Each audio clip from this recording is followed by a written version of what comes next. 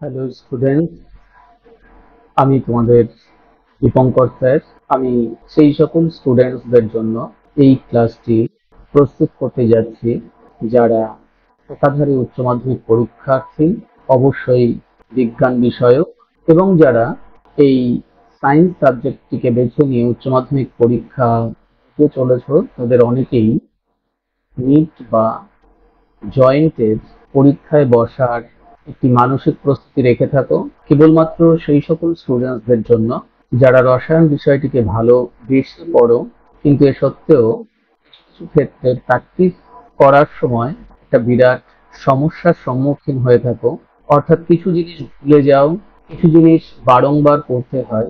সেই বিষয়গুলোকে সরলীকরণের জন্য এবং সংক্ষিপ্ত পদ্ধতির মধ্য দিয়ে আমরা যাতে সহজেই এই বিষয়গুলোকে সহজেই মাথায় আনতে পারি এবং বিভিন্ন ধরনের প্রবলেমগুলোকে সহজেই সমাধান করতে পারি, তার উদ্দেশ্যেই আমার এই অনলাইন ভিডিও ক্লাসটি যদি তোমাদের ভালো লাগে অবশ্যই চ্যানেলটিকে সাবস্ক্রাইব করবে। আমার চ্যানেলটির নাম হলো কেমিস্ট্রি নলেজ, এবং তোমরা তোমাদের বন্ধুদের মধ্যেও শেয়ার করবে।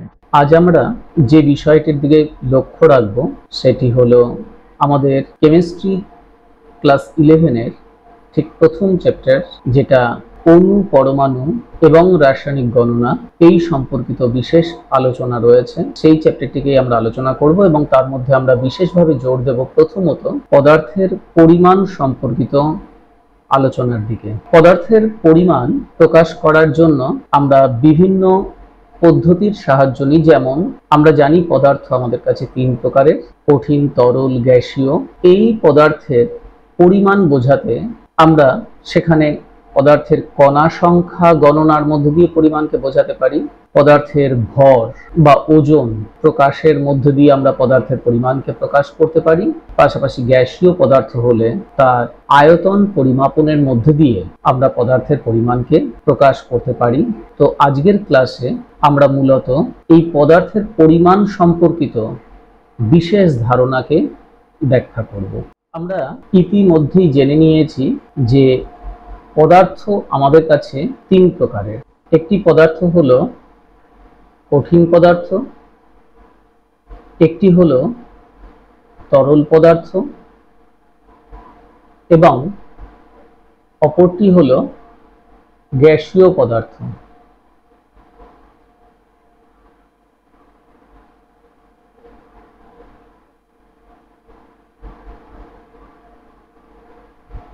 পদার্থ যে প্রকারেরই হোক না কেন, তাদের ক্ষুদ্র কণাগুলিকে আমরা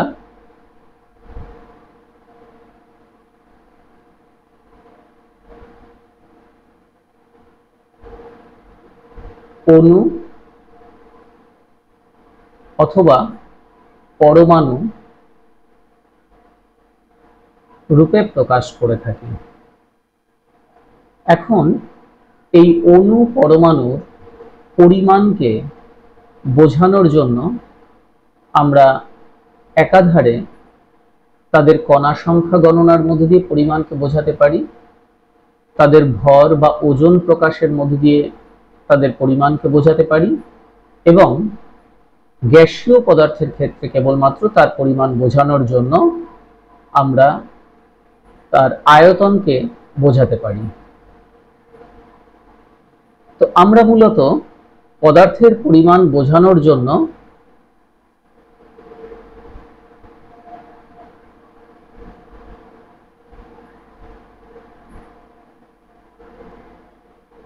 প্রথমত কণা সংখ্যা গণনার দ্বারা,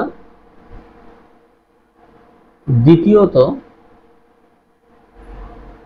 ভর পরিমাপের মধ্য দিয়ে,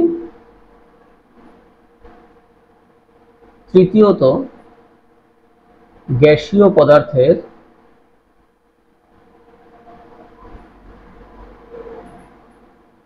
আয়তন পরিমাপের মধ্য দিয়ে আমরা পদার্থের পরিমাণকে বোঝাতে পারি।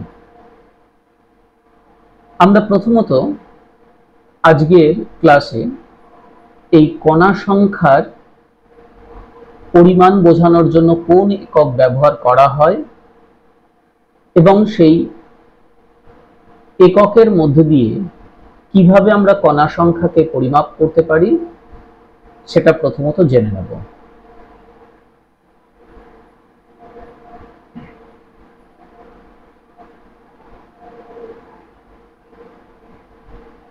কণা সংখ্যা বোঝানোর জন্য আমরা মোল এই এককটিকে আমরা ব্যবহার করে থাকি। এখন মোল বলতে কি বোঝায়? তোমরা জানো যে আমরা বেশ কিছু জিনিস তাদের বৃহত্তর সংখ্যা গণনার ক্ষেত্রে একটা সংক্ষিপ্ত ছোট এককের সাহায্য নিয়ে থাকি। যেমন মনে করো, এক জোড়া ডিম বলতে আমরা দুটো ডিমকে বোঝাই, আবার এক ডজন ডিম বলতে আমরা 12টি ডিমকে বোঝাই। একইভাবে এক দিস্তা কাগজ বলতে আমরা 24টা পৃষ্ঠাকে বোঝাই।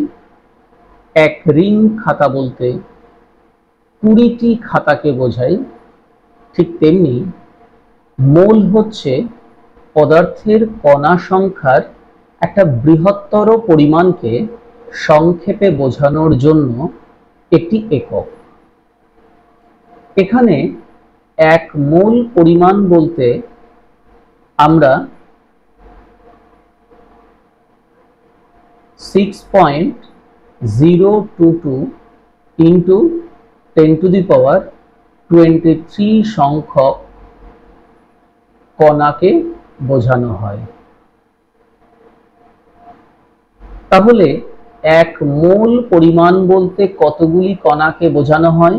6.022 ইন্টু 10⁻23টি কণাকে বোঝানো হয়। যেমন ধরো, যেমন আমরা যদি বলে থাকি এক মোল অণু, আমরা বুঝবো কতগুলো অণুর কথা বলা হচ্ছে? 6.022 ইন্টু 10⁻23টি অণু। এক মোল পরমাণু আমরা কি বুঝবো? এক মোল পরমাণু বলতে বোঝায় 6.022 ইন্টু 10⁻23টি পরমাণু। Very simple. অর্থাৎ এক মোল বলতে এক কথায় 6.022 ইন্টু 10⁻23টি কণাকে বোঝানো হয়। আমরা যদি বলে থাকি এক মোল টাকা, আমরা কি বুঝবো? এক মোল টাকা বলতে আমরা বুঝবো 6.022 ইন্টু 10⁻23 টাকা। এখন আমাদের যদি এই কণা সংখ্যা দিয়ে যদি বলে যে সেই কণা সংখ্যা সমান সমান কত মোল, তাহলে সেক্ষেত্রে আমরা কি করব? সাপোজ আমাকে কোশ্চেন করলো যে 10টি ও পরমাণু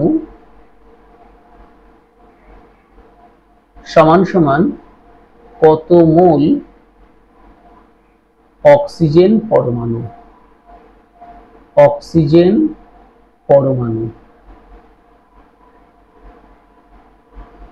আমাদের উত্তর হবে, আমরা যেহেতু জেনে এসেছি 6.022 ইন্টু 10⁻23টি ও পরমাণু সমান সমান এক মোল অক্সিজেন পরমাণু।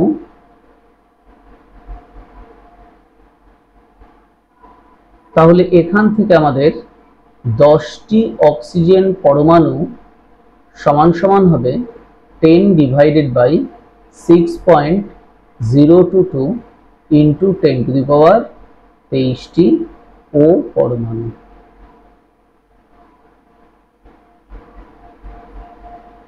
তাহলে এখান থেকে আমরা একটা ছোট্ট রিলেশনে চলে আসি, যেখান থেকে আমরা কণা সংখ্যা এবং মূলের মধ্যে একটা ডাইরেক্ট রিলেশন খুঁজে পাবো। রিলেশনটা কিরকম হবে? রিলেশনটা হবে কণা সংখ্যা ও মোলের সম্পর্ক। সম্পর্কটি হবে কণা সংখ্যাকে যদি আমরা 6.022 ইন্টু 10⁻23 দিয়ে ডিভাইড করি তাহলে সেটা মোলে প্রকাশ পাবে। একইভাবে আমরা যদি মোল থেকে কণায় যেতে চাই তাহলে আমাদের হিসেব দাঁড়াবে মোল গুণ 6.022 ইন্টু 10⁻23 ইজ ইকুয়াল টু আসবে কণা সংখ্যা। খুব গুরুত্বপূর্ণ একটি বিষয়। আমি অ্যানাদার একটি ছোট্ট প্রবলেমের মধ্যে দিয়ে তোমাদের এই মূল ধারণার শেষ অংশে পৌঁছে যাচ্ছি।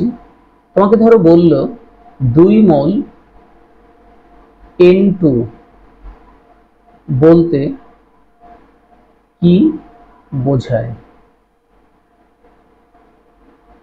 আমাদের আনসারটা হবে 1 মোল